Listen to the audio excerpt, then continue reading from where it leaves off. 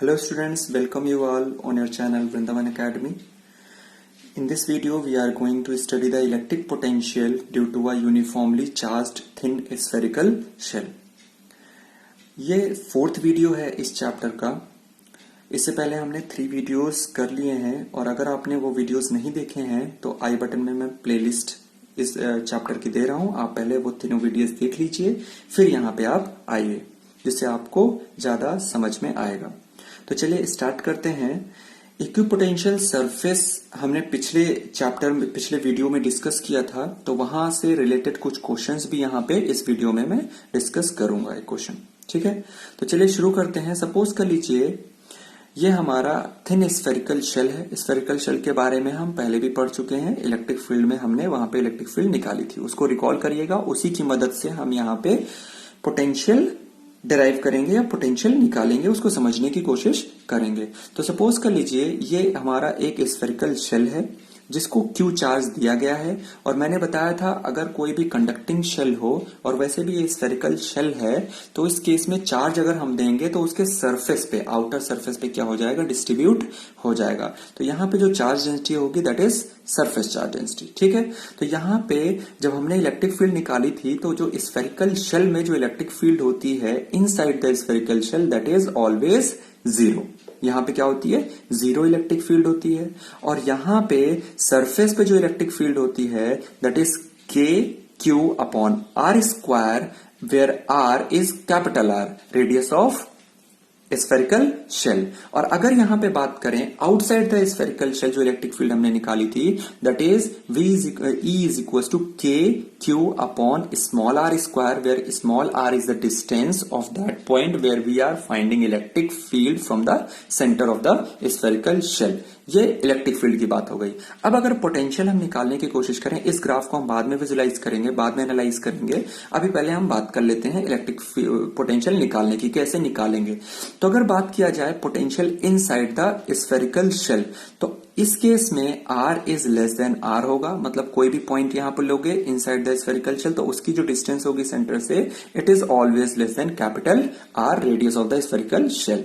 तो इस केस में अगर बात की जाए तो पोटेंशियल जो होता है वो यहां पे जीरो नहीं होता है. इलेक्ट्रिक फील्ड जीरो था inside the spherical shell but potential zero नहीं होता है. जो पोटेंशियल होता है inside the spherical shell it is always equal to the surface, equals to the potential at the surface. जो यहां पे सरफेस पे जो पोटेंशियल होता है वही throughout the inside the spherical shell होता है. चाहे वो यहां पे पॉइंट लिया जाए, चाहे यहां पे लिया जाए, चाहे यहां पे लिया जाए, चाहे सेंटर पे लिया जाए, कहीं भी लिया जाए, उस केस में चाहे यहां सेंटर पे लिया जाए, each and every point inside the spherical shell has equal potential at surface. जो सरफेस पे पोटेंशियल होता है वही potential inside the spherical shell होता है. क्यों ऐसा होता है?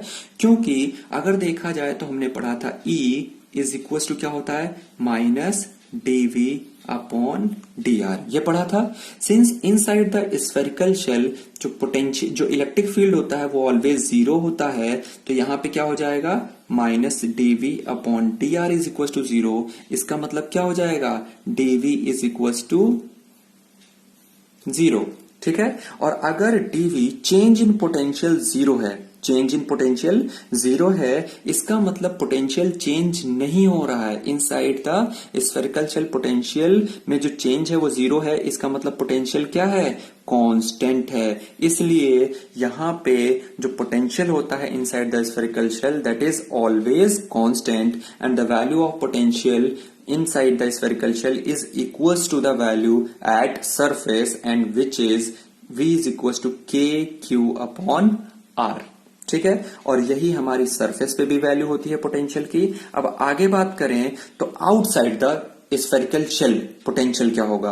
तो आउटसाइड द स्फेरिकल शेल जो पोटेंशियल होता है for R is greater than capital R, मतलब अगर डिस्टेंस किसी भी पॉइंट की जिसपे हम पोटेंशियल निकाल रहे हैं वो ग्रेटर देन हो कैपिटल R, मतलब वो बाहर हो, किसके, स्फेरिकल शेल से बाहर हो, तो उस केस में क्या होगा, पोटेंशियल जो होता है वो K times Q upon small r होता है, where small r is a distance of that point where we are finding potential. तो अगर पोटेंशियल देखा जाए तो यहाँ डिस्टेंस के इनवर्सली प्रोपोर्शन है, क्योंकि यहाँ कैपिटल आर तो कांस्टेंट था, लेकिन यहाँ स्मॉल आर कांस्टेंट नहीं है। This is the distance of that point. तो यहाँ पे क्या होगा, स्मॉल आर के इनवर्सली प्रोपोर्शन है। इसका मतलब जैसे जैसे आर बढ़ेगा, जैसे जैसे हम सेंटर से दूर जाते जाएंगे स्फेरिकल सेल से, वैसे वैसे पोटेंशियल हमारा डिक्रीज करता जाएगा। और कैसे डिक्रीज करेगा, हाइपरबोलिक मैनर में डिक्रीज करेगा, क्योंकि ये जो रिलेशन होता है वो हाइपरबोलिक मैनर को रिप्रेजेंट करता है। क्योंकि अगर ये इसके डायरेक्टली प्रोपोर्शन है तो इधर जाएगा, तो दो फंक्शंस का अगर प्रोडक्ट कांस्टेंट आ रहा है दैट मींस वो हाइपरबोला को रिप्रेजेंट करता है। तो अगर इसका ग्राफ देखा जाए तो ग्राफ कुछ इस तरीके का होगा। सपोज कर लीजिए स्फेरिकल शेल है, इसकी रेडियस कैपिटल आर है, तो यहां सेंटर से इसकी सरफेस तक जो पोटेंशियल होगा वो कांस्टेंट होगा। तो यहां पे जो कांस्टेंट पोटेंशियल है उसको हमने यहां पे इतना माना है, और ये कितना होगा, k times q upon capital R। तो यहां से स्ट्रेट लाइन जाएगा, कांस्टेंट पोटेंशियल जा रहा है, पोटेंशियल एक्सेस में हम कहीं ऊपर नीचे नहीं जा रहे, और ये कांस्टेंट पोटेंशियल इतना है, कहां तक, सरफेस तक। उसके बाद सरफेस के बाद ये हाइपरबोलिक मैनर में डिक्रीज करेगा, तो डिक्रीज करना शुरू कर रहा है। ठीक है, तो इस तरीके से ये जो इलेक्ट्रिक पोटेंशियल हमने स्फेरिकल शेल में कैसा होगा, उसका ग्राफ कैसा बनेगा, ये सब चीजें हमने यहाँ पे देख ली। अब अगर हम बात करें why electric field lines are perpendicular to equipotential surface, हमने इक्विपोटेंशियल सरफेस पढ़ा था और वहां पे देखा था कि इलेक्ट्रिक पोटेंशियल में इक्विपोटेंशियल सरफेस पे जो इलेक्ट्रिक फील्ड लाइन होती है वो परपेंडिकुलर क्यों होती हैं। तो मैंने आपको बताया था कि अगर परपेंडिकुलर नहीं होंगी तो उनका एक कंपोनेंट सरफेस के अलोंग होगा, जो कि जो चार्ज प्रेजेंट है सरफेस पे उस पे फोर्स लगाएगा, और अगर फोर्स लगेगा चार्ज पे तो वो मूव करेगा, और मूव करने की वजह से वहां पे वर्क डन होगा, और जो कि इक्विपोटेंशियल सरफेस की प्रॉपर्टी को कॉन्ट्रडिक्ट कर रहा है कि इक्विपोटेंशियल सरफेस में जो वर्क डन होता है वो जीरो होता है। इसलिए इलेक्ट्रिक फील्ड लाइंस का कोई भी कंपोनेंट इलेक्ट्रिक फील्ड के अलोंग नहीं आना चाहिए, और ये तभी हो सकता है जब इलेक्ट्रिक फील्ड इक्विपोटेंशियल सरफेस पे परपेंडिकुलर हो। क्योंकि अगर किसी सरफेस पे परपेंडिकुलर वेक्टर है तो उसका कंपोनेंट उस सरफेस के अलोंग जीरो हो जाता है, क्योंकि cos 90 हमेशा जीरो हो जाता है। और एक क्वेश्चन यहां पे मैंने मेंशन किया है, ये भी देख लीजिए। v इज इक्वल टू, अगर v जो है वेरिएबल है और एक्स वाई जेड पे वेरी कर रहा है, v is equal to 2x plus 3y minus Z, मतलब ये एक्स वाई जेड तीन वेरिएबल पे डिपेंड कर रहा है। Obtain the expression of electric field intensity in the region. तो इलेक्ट्रिक फील्ड इंटेंसिटी का इस रीजन में हमें कंपोनेंट निकालना है, मतलब उसका एक्सप्रेशन निकालना है। तो मैंने आपको बताया था ग्रेड ऑपरेटर। ग्रेड ऑपरेटर जब भी एक्स वाई जेड आ जाता है तो ग्रेड ऑपरेटर में हम उसको del by del X, del by del Y, del by del Z के फॉर्म में एक्सप्रेस करते हैं। तो हम क्या करेंगे, E is equal to minus D by D R V को अब हम क्या करेंगे, माइनस और डेल ऑपरेटर को एक्सप्रेस कर देंगे in the term of del by del X I cap plus del by del Y J cap plus del by del Z K cap, और ये बी को ऑपरेट कर देंगे तीनों पे। तो जब हम डेल बाई डेल एक्स निकालेंगे तो वी का जो हम पार्शियल डिफरेंशिएशन कर रहे हैं, इसका मतलब सिर्फ एक्स ही डिफरेंशिएट होगा, बाकी सारी चीजें कांस्टेंट ट्रीट की जाएंगी यहाँ पे। तो del by del X of V निकालेंगे तो यहाँ पे इसका डिफरेंशिएशन होगा, तो ये हो जाएगा 2 कांस्टेंट है, x का डिफरेंशिएशन 1 हो जाएगा, ये 2 आएगा, बाकी सारी चीजें कांस्टेंट ट्रीट होंगी, और ये एडिशन या सब्सट्रैक्शन में है इसलिए इनका जो डिफरेंशिएशन होगा वो 0 हो जाएगा, क्योंकि कांस्टेंट का डिफरेंशिएशन जो होता है वो 0 होता है। तो ये आ जाएगा 2 आई कैप। यहां पे जब y के रिस्पेक्ट में करेंगे तो सिर्फ ये डिफरेंशिएट होगा, बाकी दोनों कांस्टेंट होंगे, तो ये आ जाएगा 3 जे कैप। और जब z को डिफरेंशिएट करेंगे तो बाकी सब कांस्टेंट और z डिफरेंशिएट होगा, दैट इज माइनस, और z का डिफरेंशिएशन 1 तो माइनस के कैप। तो इस तरीके से इलेक्ट्रिक फील्ड का एक्सप्रेशन आसानी से हम यहाँ पे कैलकुलेट कर सकते हैं। ठीक है, नेक्स्ट क्वेश्चन देखिए, फाइंड द VAB, मतलब पोटेंशियल डिफरेंस निकालना है दो पॉइंट के बीच में, A और B के बीच में। ठीक है, इन रीजन इलेक्ट्रिक फील्ड दिया गया है। तो देखिए, अगर इस तरीके से अगर हमें पोटेंशियल डिफरेंस निकालना हो और इलेक्ट्रिक फील्ड दिया हो तो दो तरीके हैं निकालने के। हम जब इलेक्ट्रिक फील्ड कांस्टेंट दिया होगा, जब इलेक्ट्रिक फील्ड कैसा दिया हो, कांस्टेंट, मतलब वो किसी भी वेरिएबल पे डिपेंड ना कर रहा हो, सिर्फ वो न्यूमेरिक वैल्यू वहां पे हो, जैसे यहां पे है 2 3 4, यहां पे कोई वेरिएबल है नहीं है, न्यूमेरिक वैल्यू है, तो this electric field is constant in nature, ये वेरी नहीं कर रहा है। लेकिन अगर इलेक्ट्रिक फील्ड वेरिएबल नेचर का हो, सपोज कर लो 2x i cap plus 3y j cap plus 4z k cap हो, तो क्या है, तो उस केस में वो वेरिएबल नेचर का है। ठीक है, तो दो तरीके हैं इलेक्ट्रिक फील्ड देने के, एक कांस्टेंट, एक वेरिएबल नेचर का। अगर कांस्टेंट नेचर का है इलेक्ट्रिक फील्ड, तो उस केस में हम डायरेक्ट फॉर्मूला लगा सकते हैं, V A B is equal to minus E dot D R. Direct हम डॉट प्रोडक्ट कर देंगे। ठीक है, और ये हमारा आंसर आ जाएगा। डी आर क्या होगा, D R will be D X I cap, या डी आर दिया होगा, नहीं तो डी आर हमें निकालना पड़ेगा। तो D R is a displacement vector. Suppose कर लो यहां से यहां डिस्प्लेस कर रहे हैं, ए से बी डिस्प्लेस कर रहे हैं, या अगर बी ए वी निकालने के लिए कहा है, मतलब फाइनल पॉइंट क्या है, ए है, और इनिशियल पॉइंट क्या है, बी है। ठीक है, तो क्या करेंगे, फाइनल पॉइंट में से इनिशियल पॉइंट को सब्सट्रैक्ट करके पोजीशन वेक्टर यहां पे निकलेगा। ठीक है, तो उस केस में जो हमारा dx हो dr हो जाएगा, वो this vector minus this vector हो जाएगा, और सॉल्व कर लेंगे। लेकिन अगर इलेक्ट्रिक फील्ड वेरिएबल नेचर का होगा, तब हम इंटीग्रल का यूज करेंगे। क्यों, क्योंकि हम देखते थे पोटेंशियल, ये जो डिफरेंस है किसकी वजह से आ रहा है, वर्क डन की वजह से आ रहा है, work done per unit test charge. और जब वेरिएबल वर्क एनर्जी थ्योरम जब हमने वहां पे पढ़ी थी 11th में, तब हमने देखा था अगर वेरिएबल फोर्स है तो उस केस में वर्क डन इंटीग्रेशन से निकलता है। तो यहां पे इंटीग्रल का यूज किया जाएगा, और यहां पे integral E dot D are का यूज करेंगे। और यहां पे जो डी आर लिया जाएगा, यहां पे जो डी आर लिया जाएगा, that will be D X I cap, D Y J cap and D Z K cap होगा।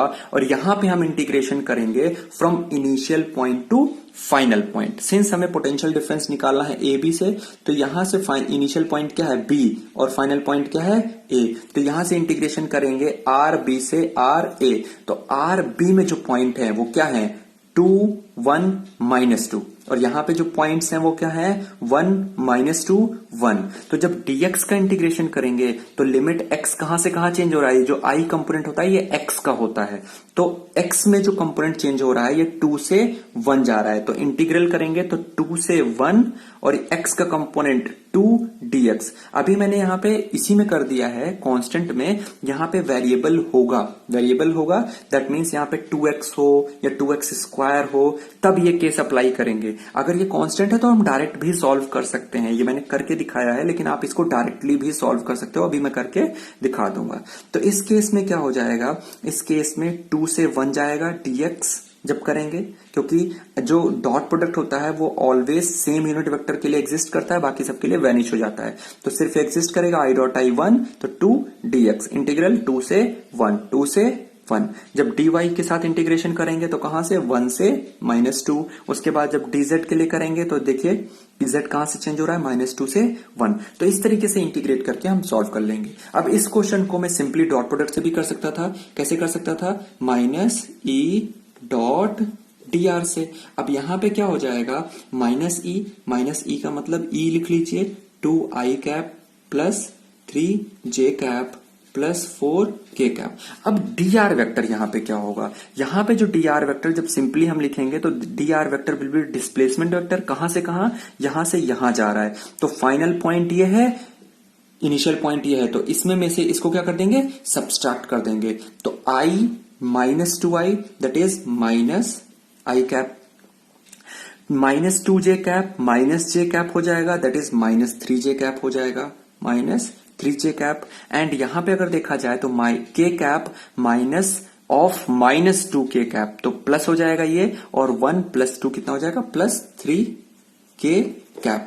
तो इस तरीके से इसका हम डॉट प्रोडक्ट निकाल लेंगे, सीधे हमें यही आंसर मिल जाएगा। तो डॉट प्रोडक्ट निकालिए, यहाँ पे माइनस रहने दीजिए बाहर, तो यहाँ पे -i डॉट -2i, तो ये क्या हो जाएगा, -2, क्योंकि similar dot product, similar unit vector के लिए डॉट प्रोडक्ट एग्जिस्ट करता है, बाकी सबके लिए क्या हो जाता है, 0 हो जाता है। क्यों, क्योंकि i डॉट प्रोडक्ट में cos थीटा आता है, और these are mutually orthogonal unit vectors, मतलब each and every unit vector i j के सब 90 डिग्री पे होते हैं, इसलिए वो 0 हो जाते हैं। i का j के साथ निकालेंगे तो दोनों के बीच में 90 डिग्री है, cos 90 क्या हो जाएगा, 0, इसलिए वो वैनिश हो जाते हैं।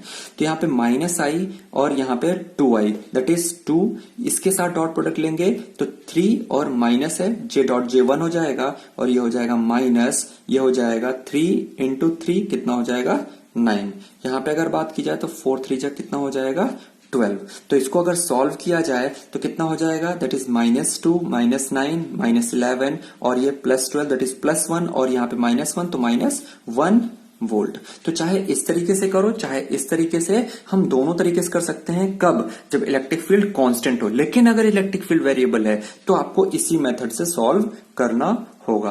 तो आप लोग क्वेश्चंस देखिए, बुक से क्वेश्चन सर्च करिए जिसमें इलेक्ट्रिक फील्ड वेरिएबल नेचर की दी गई हो और फिर पोटेंशियल पूछा गया हो, पोटेंशियल डिफरेंस पूछा गया हो। तो इस मेथड, ये जो क्वेश्चन है ये किस कॉन्सेप्ट पे बेस्ड है, that is potential difference of variable electric field is a line integral, negative of line integral of electric field। इस मेथड पे ये बेस्ड है। तो इस वीडियो में सिर्फ यहीं तक रखते हैं। नेक्स्ट वीडियो में हम potential energy, electric potential energy के बारे में डिस्कस करेंगे। तो ठीक है, रिवाइज करते रहिए जो मैं पढ़ा रहा हूं। अगर आपको वीडियो मेरा पसंद आ रहा है तो लाइक एंड शेयर कीजिए और चैनल को सब्सक्राइब कर लीजिए for further notification. Thank you and take care.